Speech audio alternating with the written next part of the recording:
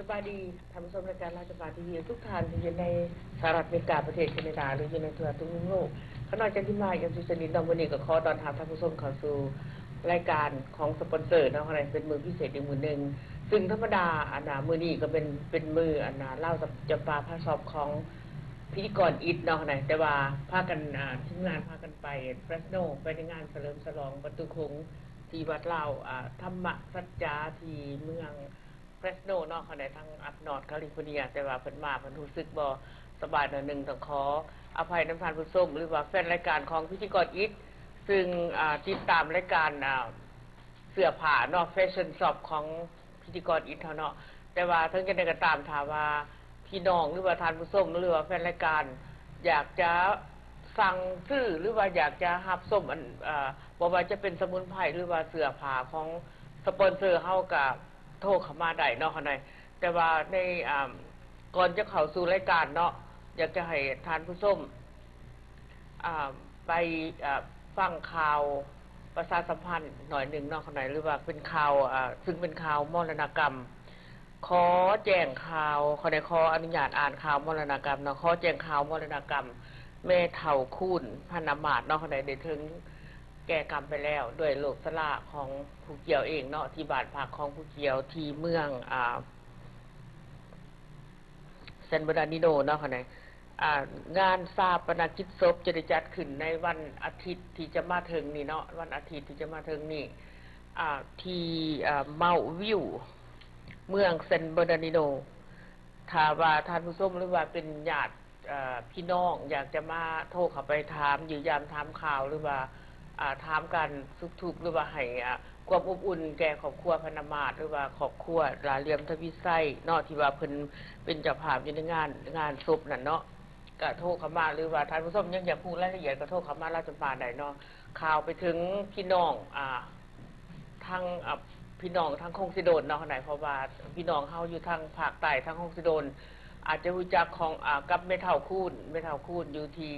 คงสิโดนคุ้มกลางซึ่งสมัยในอดีตเพิ่นก็เป็นเจ้าของโรงไฟฟ้าเนาะสมัยนั้นเขาน่ะก็ยังน้อยอยู่เนาะแต่ก็เห็นเพิ่นเป็นเจ้าของไฟฟ้าที่โรงไฟฟ้าน้องไฟฟ้าบ้านเฮาอยู่ทางประเทศลาวก็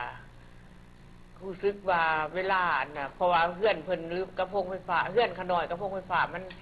ใกล้กันเนาะเนี่ยไม่เท่าคูนที่ว่าท่านผู้ชมเห็นอยู่ในหน้าจอเนาะเขาเนี่ยก็อยากขอข่าวไปให้ญาติพี่น้องที่ว่าฮู้จักกับไม่เท่าคูนพนมาศเนาะเพิ่นได้ถึงแก่กรรมหรือว่าเสียชีวิตไปแล้วเขาหน่อยข่าวไปให้พี่น้องทั้งภาคใต้อยู่เมืองคงสิโดนฮู้การเกิดแก่เจ็บตายเป็นของธรรมดาเนาะเขาหน่อยทุกทานก็จะมีบทผลเรื่องนี้แต่ถึงจะในก็ตามทั้งราชจำปาเฮาพร้อมทั้งทีมงานพร้อมทั้งพิธีกรทุกทานอยู่ในราชจำปาก็ขอให้ก่อนอื่นก็ขอแสดงความเศร้าสลดใจมาให้ครอบครัว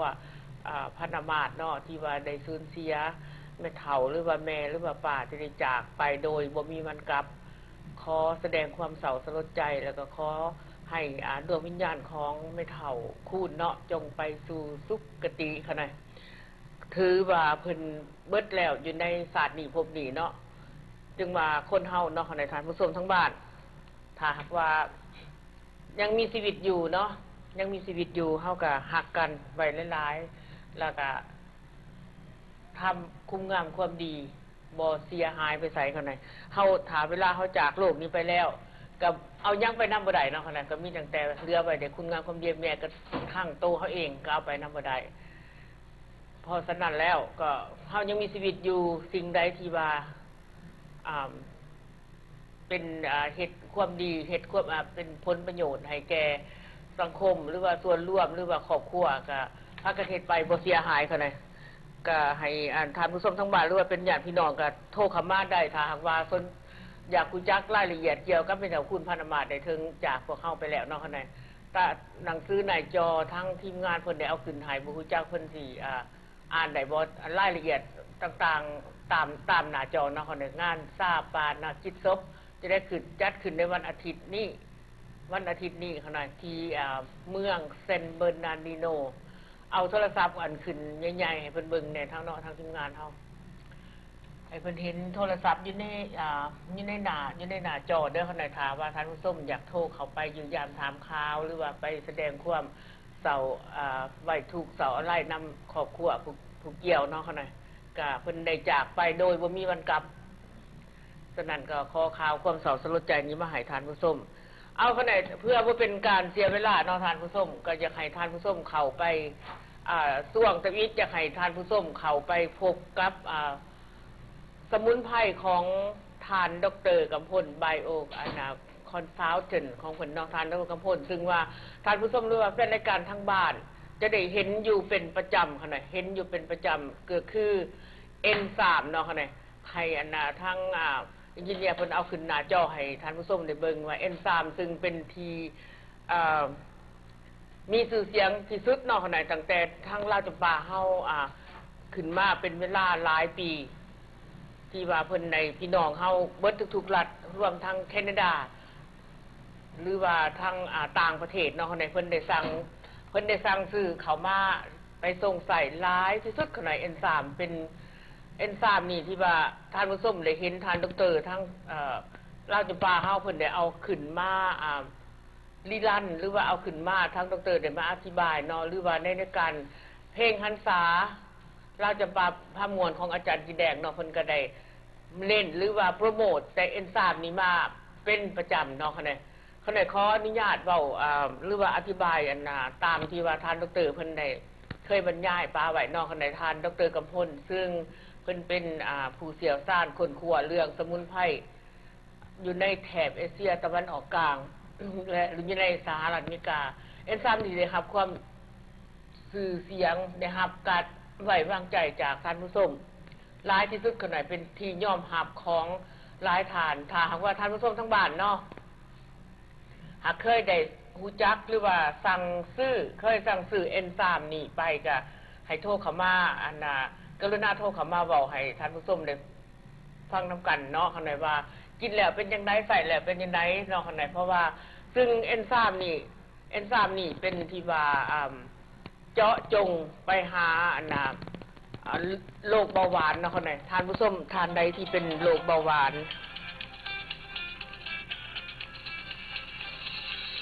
ขออนุญาตทางซ้ายนะคนไหนฮัลโหลฮะกำลังออกไลน์อยู่เดี๋ยวโทรหาคืนนะโอเคบายโอเคขออนุญาตนะแต่ว่าพี่น้องเขาได้สั่งเขามาหลายที่สุดกันหน่อยแล้วก็ได้ไปส่งใส่หลายที่สุดโดยเฉพาะเอื้อยหรือว่าป่าอยู่ทั้งรัฐหลายรัฐอยู่ทั้งอีสต์โคสต์หรือว่าเซ็นทรัลเนาะเพิ่นบอกว่าเพิ่นเป็นทานหนึ่งเนาะเพิ่นว่าเพิ่นเป็นเบาหวานมาหลายปีแล้วเพิ่นก็ได้เอาN3นี่ไปใส่เพราะว่าN3นี่มันจะเข้าไปคือคนเฮาทุกคนเนาะมันต้องมีN3ในตัวถ้าว่าอายุเฮาหลายขึ้นมาเนาะอายุหลายขึ้นมาN3มันก็ถดถอยลงเลือดเฮาบ่รู้จักว่าเฮากินหรือว่ารับประทานหยังแหน่เข้าไปคือท่านตามที่ท่านดร.กำพลเพิ่นเว้าเนาะนั่นมันก็จะไปเป็นเซลล์แฟตแล้วมันจะเป็นแฟตมันจะเพิ่มพูนขึ้นอยู่ในเส้นเลือดเนาะในเส้นเลือดแล้วเลือดมันจะเหนียวถ้าเลือดมันเหนียวล่ะเพราะว่าห่างกายของคนเฮาต้องกันมูลเวียนเป็นสเกเรตอยู่ในเลือดเวอร์โซถ้าว่าเลือดมันไปมูลเวียนบ่ได้แล้วมันก็จะไปอุดตันอยู่ในเส้นเลือดถ้าเส้นเลือดแล้วท่านดร.เพิ่นบอกว่ามันจะเป็นเส้นเลือดตีบตันเนาะค่ะเป็นเส้นเลือดตีบตันแล้วมันก็จะไปมูลเวียนบ่ได้เพราะฉะนั้นมันก็จะไปเป็นก้อนอยู่ในบ่ว่าอยู่ในตับบ่อยู่ในหมักหัวใจหรือว่าหมักไขหลังบ่หรือว่าตามเส้นเลือดต่างๆอยู่ในห่างกายของคนเฮาเนาะค่ะถามว่ามันได้ขึ้นไปเฮ็ดให้เส้นเลือดตีบตันอยู่หม่องใดหม่องหนึ่งแล้วมันก็จะมีปัญหาเรื่องสุขภาพตามมาเนาะเพราะฉะนั้นแล้วคันเว้าง่ายๆแล้วก็ว่าN3นี่เป็นคือธาตุไฟธาตุอยู่ในห่างกายคนเฮาถ้ามันถ้าธาตุไฟเฮาอ่อนเนาะคนเฮามันก็ต้องมีธาตุดินน้ำลมไฟถ้าธาตุไฟเฮาอ่อนแล้วมันก็เรื่องสุขภาพต่างๆก็จะมีปัญหาเนาะค่ะเพราะว่าโรคแทรกซ้อนก็จะเข้ามาเพราะฉะนั้นN3นี่จะเข้าไปรักษาได้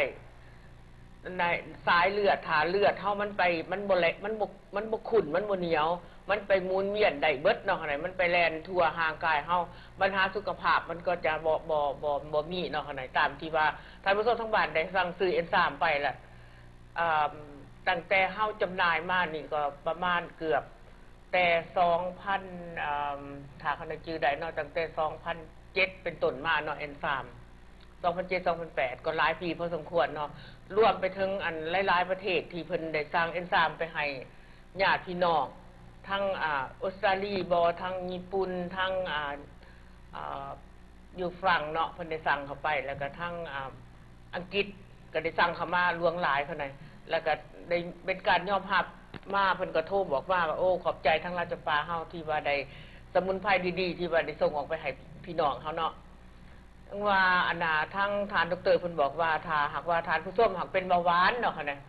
เป็นเบาหวานถ้าเอาเอนไซม์กับสมุนไพรตัวออกใหม่สวีเดนถึงว่าทั้งพวกราชปาเฮาได้เอาออกมาโฆษณา2อัน3กับอันสารอาหารเข้าไปก็ไปว่าครบสูตรละค่ะนะ3อย่างเข้าไปนี่โอเคละเพราะว่าเอนไซม์มันจะไปซอยถาดไฟให้โตคนเฮาให้แข็งแห้งและโตสำหรับสวีเดนไปป่วยหรือว่ารักษาทุกโรคเนาะค่ะนะสวีเดนไวเดอร์ไปว่าทั้งพี่น้องเฮาอยู่ในต่างประเทศนี่คนตามที่เขาไหนหับซ้ายนี่ได้ยินว่าเป็นเบาหวานนี่หลายที่สุดขนาดกลัวโรคอื่นลองลงมาก็เป็นตับเขาไหนปัญหาเรื่องตับเขาก็มีแต่ว่าคันสิมาเว้าแล้วเขาก็มาร่วมอยู่ในอันน่ะสมุนไพรตัวใหม่เบิดเขาไหนร่วมไปทั้ง3อันมื้อนี้ทั้งพี่น้องอยู่ทั้งต่างรัฐเพิ่นก็ได้โทรเข้ามาก็ได้จัดให้3อย่าง4อย่างเพิ่นบอกว่าเพิ่นเป็นถ้าว่าเป็นตับแล้วก็เป็นมันต้องพ่วงไปใส่มะขลังมันก็ต้องไปทั้งกระเพาะมันก็ไปหลายอย่างที่อยู่ในอันอวัยวะข้างในของคนเฮาเนาะค่ะเนี่ยถ้าว่าท่านผู้ชมทั้งบ้านหากอยากสนใจอยากจะโทรเข้ามาสั่งได้ทุกเวลาเนาะค่ะเนี่ยร่วมกับสารอาหารเนาะสารอาหารแล้วก็สวีเดนรักษาทุกโรคกับเอนไซม์ค่ะเนี่ย3อย่างนี่พอมันสิไปปวดหลายๆอย่างอวัยวะข้างในของคนเฮาพี่น้องเฮาหลายหลัดขนาดที่ว่าโทรเข้ามาตั้งแต่เช้าเขาได้รับสายเพิ่นก็ได้สั่งเข้ามาอยู่ตลอดเพราะว่ามีพี่น้องเพิ่นแบบแนะนำต่อกันไปเนาะว่ามันดีแบบนั้นแบบนี้ดีหลายๆโลกที่ว่าเพิ่นได้สั่งสื่อไปมื้อนี้เขาหน่อยก็ยังเคยเนาะถามว่าท่านผู้ชมอยากจะสั่งหรือว่าอยากจะถามเรื่องสมุนไพรใหม่หรือว่าสมุนไพรเอนไซม์เพราะว่าทั้งเขาหน่อยเองจะได้จัดเอาสมุนไพรหรือว่าสิ่งที่ว่ามันดีที่สุดเอาคัดออกมาไว้อยู่ในเหล้าจำปาเฮาเนาะแล้วตัวใดที่ว่ามันบ่มีประโยชน์หรือบ่มีคุณภาพดีเขาหน่อยจะบ่ได้เอาขึ้นมาแนะนำให้ท่านผู้ชมเนาะแต่ว่าก่อนพี่น้องจะโทรเข้ามาเนาะทั้งสปอนเซอร์ทั้งแฟชั่นเพิ่นเนาะเพิ่นก็อยากให้โซ่เสื้อให้ท่านผู้ชมทั้งบ้านเพราะว่าเพื่อบ่ให้เป็นการเสียเวลาก็ควบคู่กันไปทั้งสมุนไพรทั้งเสื้อนำแล้วก็ถ้าท่านผู้ชมทั้งบ้านอยากจะฟังเพลงมันยังก็ขอเข้ามาได้เนาะเขาเนี่ยขอฟังเพลงเข้ามาได้ก็ทั้งทีมงานหรือว่ายินดีเฮายินดีจะจัดให้เนาะเขาเนี่ยเป็นการที่ว่ามวลซืนเพราะว่าคนเฮาต้องมีการมวลซืนบ่มีการโศกเศร้าเนาะถ้าโศกเศร้าคือดรเพิ่นเว้าล่ะถ้าสเตรสหรือว่าโศกเศร้ามันจะเฮ็ดให้สุขภาพเฮาบ่ดีต้องให้พากันรีแลกซ์หรือว่าบัดก่อนสินอนเนาะเพิ่นก็บอกว่าให้นั่งสมาธิเพิ่นบอกจังซี่นั่งสมาธิแล้วก็ให้กินให้ใส่สมุนไพรนี่ไปเพื่อคนเฮาบ่อยากให้มีปัญหาเรื่องสุขภาพถ้ามีปัญหาสุขภาพแล้วคนไก่โตหรือว่าอยู่ในครอบครัวเฮาก็เพิ่นสิบ่ดีใจเนาะก็สิลำบากนำกันท่านผู้ชมเนาะที่ว่าเบิ่งคู่ฮับส้มคู่ไปพร้อมกันเลยเนาะคนไหนก่อนท่านผู้ชมสิโทรเข้ามาเสื้อที่ว่าท่านผู้ชมเห็นอยู่ในหุ่นนี่คนไหนมันเป็นสไตล์เกาหลีสำหรับหน้าฮ้อนเด้อคนไหนแขนทองแล้วประดับประดาด้วยดอกไม้สีดำอย่างนี้เนาะดอกไม้สีดำแล้วอันนี้บัดเวลานุ่งเข้าไปนี่มันสีเฮ็ดให้โตเฮาสลิมเข้าไปเพราะว่าน้องสาวอยู่ทางเทนเนสซีเพิ่นได้สั่งไป คิดว่า2-3 อาทิตย์ผ่านมาเนาะคือสิได้รับแล้วทั้งหน้ามันเนาะข้างในทั้งหน้ามันสิเป็นจังซี่ทั้งหน้ามันสิเป็นประดับด้วยมันมีดอกไม้อยู่ทั้งลุมบนทั้งข้างซ้ายเฮานี่เนาะเพิ่นเฮ็ดเป็นดอกไม้เฮาน่ะเป็นดอกไม้แล้วอันน่ะทั้งแปลว่าเสื้อตัวนี้เหมาะสำหรับใส่กับเลกกิ้งเด้อข้างในเลกกิ้งมันจะเฮ็ดให้หุ่นเฮาสลิมเข้าไปเนาะมันสิเฮ็ดให้แปลว่าปกคลุมที่ว่าเฮามีหน้าท้องหรือว่าข้างแอวตัวนี้นี่2 โต$135แล้วสิมีคนใดสิมีตัวแถมมาอีกถ้าทานผู้ชมสนใจก็โทรเข้ามาพิเศษสำหรับมื้อนี้เนาะค่ะเนี่ยอันนี้สำหรับสไตล์นั้นมันมี2สีเด้อท่านผู้ชมมีสีนั่นกับสีอันนี้สีมะเขือสุกสีเขียวกับสีเขียวอมโกนบ่นี่จะเป็นสีหยังเนาะออกมาแล้วทั้งหน้ามันสิเป็นอย่างสีมันมี2สีแล้วทั้งหลังมันจะเป็นแนวนี้เนาะตัวนี้กำลังได้รับความนิยมจากถ้าว่าผู้ใดมักใส่เลกกิ้งเนาะค่ะเนี่ยมันจะคุ้มไปทั้งกระโพกเขาลงไปทั้งลุมเลยเนาะหอดกลางขาพอดีเวลาเขานุ่งใส่กับเลกกิ้งใส่กับเกือบส่วนสูงหน่อยนึงย่างไปมันก็คำตะโบเนาะค่ะเนี่ยท่านผู้ชม2 โตนี่135ถ้าว่าท่านผู้ชมสั่งวันนี้เขาน่ะสิมีแถมให้อีกตัวนึงเลือกเอาได้ตัวใดก็ได้ไปว่าให้เป็นตัวหนึ่งพิเศษถามว่าสิมักเป็นแบบเสือสั่นก็ได้เป็นลายเสือแนวนี้ก็ได้มันเป็นแขนยาวแล้วก็ป้าแขนเนาะป้าแขนแนวนี้คันเพิ่นเอิ้นว่าเสือแขนขาดบ่2 โตนี่135แล้วแถมตัวนี้ไปให้อีกเป็น3 โตเขาก็มีหลายสไตล์เด้อค่ะหน่อยท่านผู้ชมทั้งบ้านทักว่าแฟนรายการที่ว่าช้อปปิ้งเนาะค่ะหน่อยช้อปปิ้งแฟชั่นช็อปนี่ก็โทรเข้ามาได้ราคาพิเศษมื้อนี้เนาะตัวนี้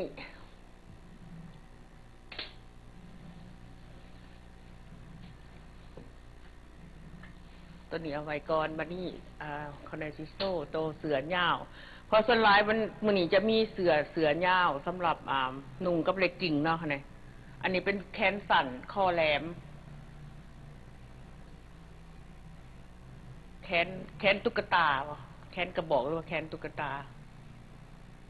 นุ่งกับเลกกิ้งมันจะคุ้มก้นหาทาผู้ใดมักใส่ส่งหรือว่าใส่กับสแลกก็ได้ค่ะในแบบนี้มันจะมีอยู่3 สีเด้อค่ะเนี่ยอันนี้สีดำลายขาวเนาะสีดำลายขาว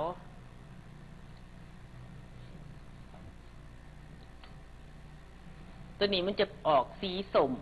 เป็นแขนกระบอกหรือว่าแขนตุ๊กตาเนาะค่ะเนี่ยแขนตุ๊กตานุ่งสบายมันบังหน้าท้องผู้ใดมีหน้าท้องเนาะถามว่าอยากแน่ใจ วัดรอบหน้าอกเขามากก็ได้หน้าอกเด้อค่ะหน้าอกว่ารอบหน้าอกเท่าใดจังสิได้ฮู้จักว่าใส่ได้บ่หรือบ่ได้หรือว่าแต่บ่าอันนี้มันเป็นผ้าบางแต่ว่ายืด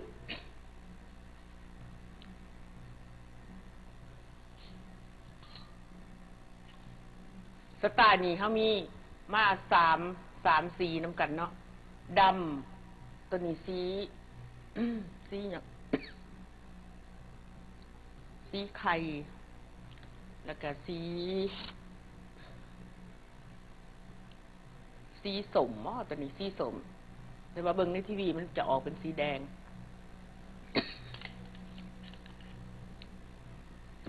ตัวนี้มีสไตล์มี3 สีคอนอยากกินอ่ะ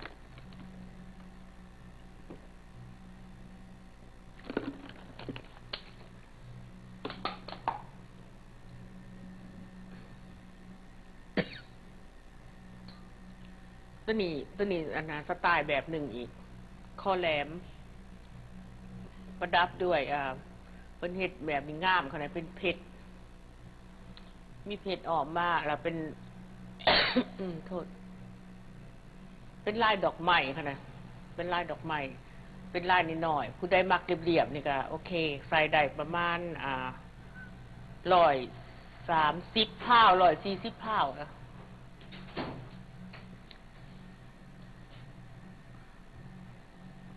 ตัวนี้4 โต115 ดอนแต่ว่าสิแถมให้อีกตัวหนึ่งเป็น5 โตแล้วก็แถมเลกกิ้งให้อีกอันหนึ่งขนาดเป็นได้6 พีซนำกันเด้อตัวนี้เด้อสไตล์แบบนี้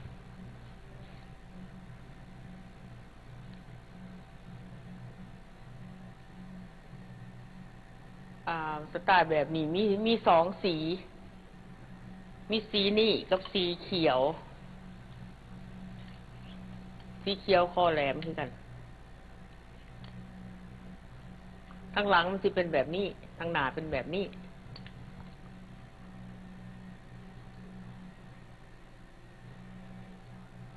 และสไตล์แบบนี้เขายังคอแหลมเขายังมีแขน3 ส่วนนำถามว่าท่านผู้ชมหักอยากเบิ่งแขน3 ส่วนนอกคนนั้นมันจะเป็นลายดอกไม้เด้อแขน3 ส่วนมันยาวใส่กับเลกกิ้งใส่แบบสบายเป็นผ้าบางๆคือผ้าซีฟองเนาะผ้าซีฟองแต่ว่ามันเป็นลายดอกไม้ตัวนี้ไฮซีโต115 ดอนแล้วก็แถมอีกตัวหนึ่งเลือกเอาได้ค่ะเลือกเอาตัวใดก็ได้ที่ว่าหอยอยู่นี่ราคานี้โอ้มีอีกสีหนึ่งสีฟ้าเป็นดอกกุหลาบสีฟ้าข้อแหลมแขนตุ๊กตา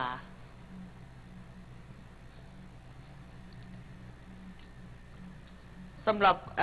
รับแขนทองนี่มี3 สีลายอันนะข้อแหลมตัวนี้เนาะ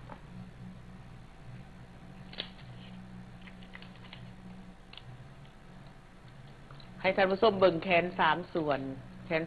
ว่าเพิ่นมีสไตล์ได้แน่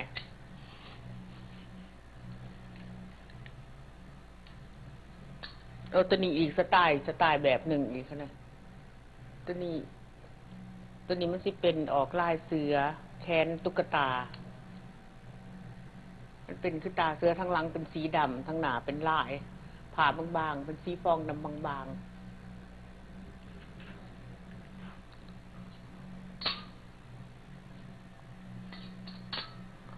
อันนี้สิให้ท่านผู้ชมเบิ่งตัวแขน3 ส่วนมีจากสีมี3 สี4 สี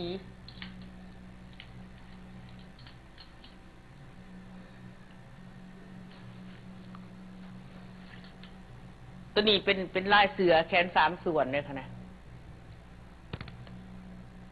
แต่ว่าอันส่วนที่ว่าคัดอยู่ในคนข้อถามว่าอยากได้เขาออกกระไดพันคัดไว้ซื่อตัวนี้เป็นแขน3 ส่วนทั้งหน้าข้อแหลมทั้งหลังมันจะเป็นแบบนี้เนาะมีอยู่4 สีสไตล์เนี่ยตัวนี้สีฟ้าแสกข้อแหลมคือกันแขน3 ส่วน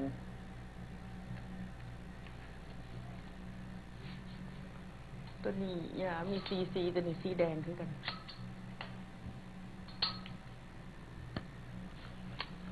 ตัวนี้ก็อยู่ได้4 โต115 ดอนแล้วแถมอีกตัวหนึ่งเด้อค่ะท่านผู้ชมถ้าว่าสนใจแล้วแถ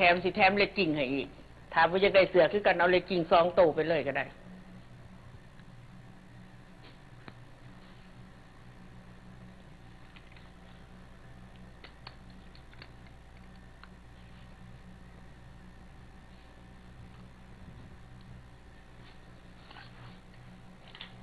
เอาอันนั้นทีนี้เอาเต็มจอเลยก็ได้เพิ่นเห็นบนทั้งหน้า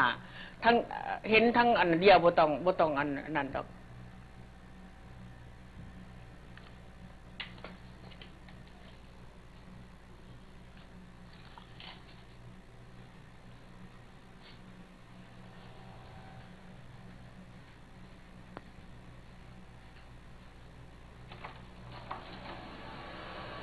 อันบ่ต้องแบ่งอันนั้นเอามันให้มันเสมอกันบัดอันนั้นโลดมันจังบ่แบ่งครึ่ง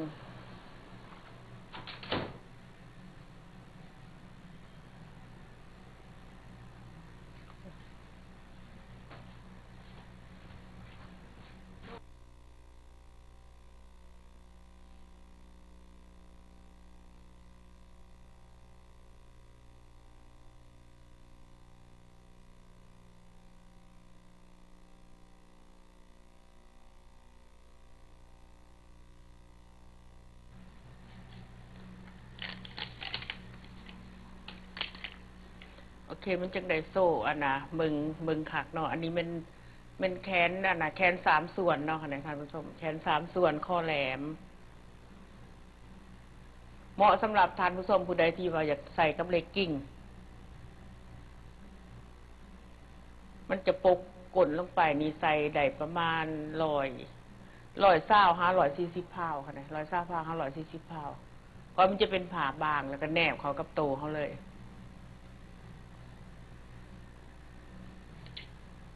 4 โต115อันนั้นC1ตัวนี้มันเป็นC1ค่ะนะมันเป็นลายเสือตัวนี้เบิ่งงามเรียบร้อยค่ะนะตัวนี้C1 130 พาว140 พาวใส่ได้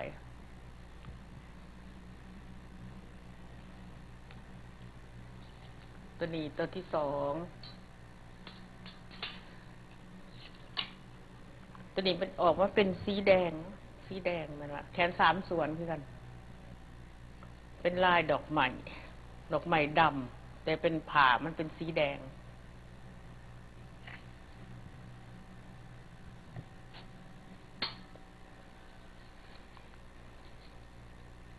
ตัวนี้มันจะอันนาสไตล์นี้มันจะมีอยู่4สีอันนี้เป็นสีฟ้าขนาดเป็นสีฟ้าแขน3 ส่วนมี4แม่ละมี4 สีสไตล์เดียวกันตัวนี้สีฟ้าแ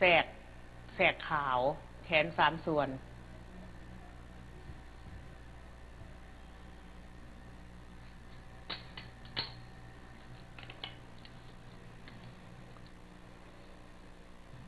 ตัวนี้แขนกระบอกหรือว่าแขนตุ๊กตาเป็นลายดอกกุหลาบสีฟ้าอีกสไตล์หนึ่งนี่จะเป็นสไตล์หนึ่งนะ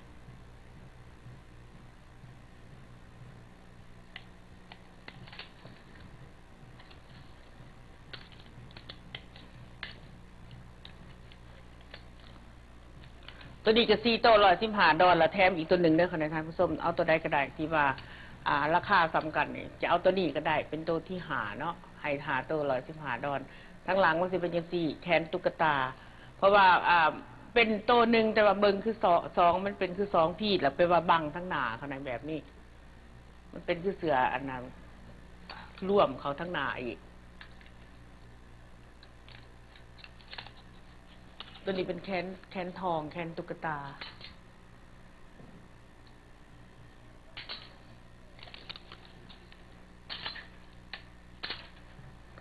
ตัวนี้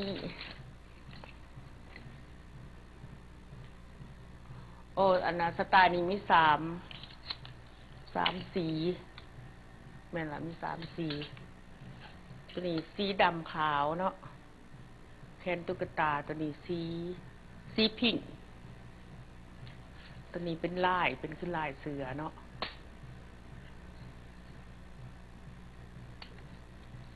แล้วสิเอาตัวนี้3 โตหรือว่าสิเอาลายแบบอยู่ในหุ่นนี่3ก็ได้เป็น6บ่แม่น5 โตเอาตัวนี้3ตัวนี้2ก็ได้หรือว่ามิกซ์กันก็ได้เด้อค่ะท่านผู้ชม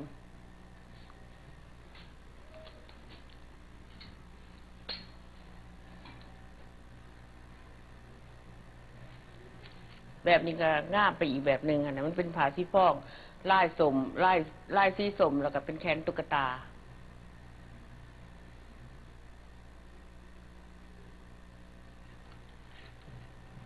เอาตัวนี้4 โตรวมตัวนี้ตัวหนึ่งเป็นโตที่หาก็ได้ทั้งสปอนเซอร์เพิ่นว่าโอเคเอามิกซ์กันได้เลย